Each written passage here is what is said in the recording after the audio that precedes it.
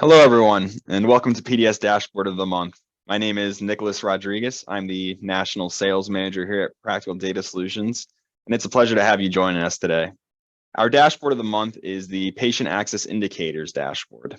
Now, the purpose of the Patient Access Indicators dashboard is to help practice managers and leadership at a high level get an understanding of where they are from a patient access, scheduling and capacity standpoint. This dashboard is really meant to display a handful of metrics that are critical for us as practice leaders to ensure we're meeting patient demand as an organization. So the top portion of this dashboard is really meant to help us understand session demand, for example. So on the top left here, you'll see our average scheduling session demand year to date, and it's actually breaking it up by morning and afternoon sessions. So this is helpful for us to understand, are we having more demand for patients seeing their providers in the morning or afternoon, essentially, right? In this example, it looks like the morning seems to be more popular with our patients, around 7.5%.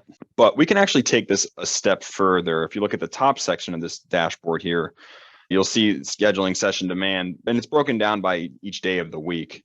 And we're breaking it down even further by, again, looking at it by morning or afternoon sessions. And this is great from a staffing standpoint. If we need to understand that we need more staff, for example, on Monday mornings, it looks like to be a busy time for us. But it's really beneficial for us to understand where we have additional capacity to see more patients. In this example, it looks like if you look at the top right there at appointment differential, you'll see that, both Thursday and Friday seem to be days where we can definitely see more patients. There's available capacity, right? So, we might want to potentially, move some patients to Friday if that's possible. We can ask them if they are available that Friday, especially when we have days where we are, stacking patients on top of each other, essentially. In the middle of this dashboard, we're looking at the percentage of arrived patients. And it looks like in this instance, we're setting our arrived patients goal at 75%. So we're looking at it on the left here in the month of December. It says we're, moving toward target. We aren't quite there yet. We're 9% off, or we're at 66% arrived. Versus our year-to-date target, we are above target. We're at 80%.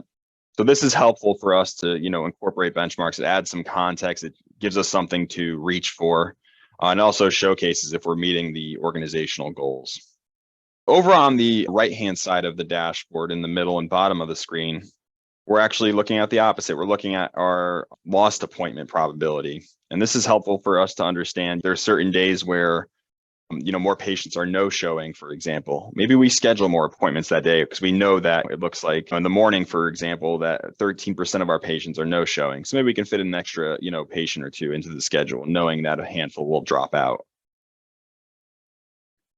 The bottom left of the screen is really great too, because it takes everything we're looking at, but it brings it out to a month over month look at this, right? So this is helpful for us to understand if the different months or seasons can affect our demand, and we can make sure we're adjusting accordingly. So in this example, we're looking at things like our arrived appointments, canceled, no-shows, same-day cancellations, our bumped appointments.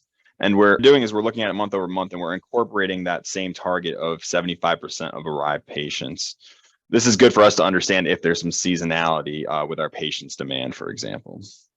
So the reason I really like this patient access indicators dashboard is it gives us a high level sense of what's going on from our patient access and scheduling and capacity standpoint.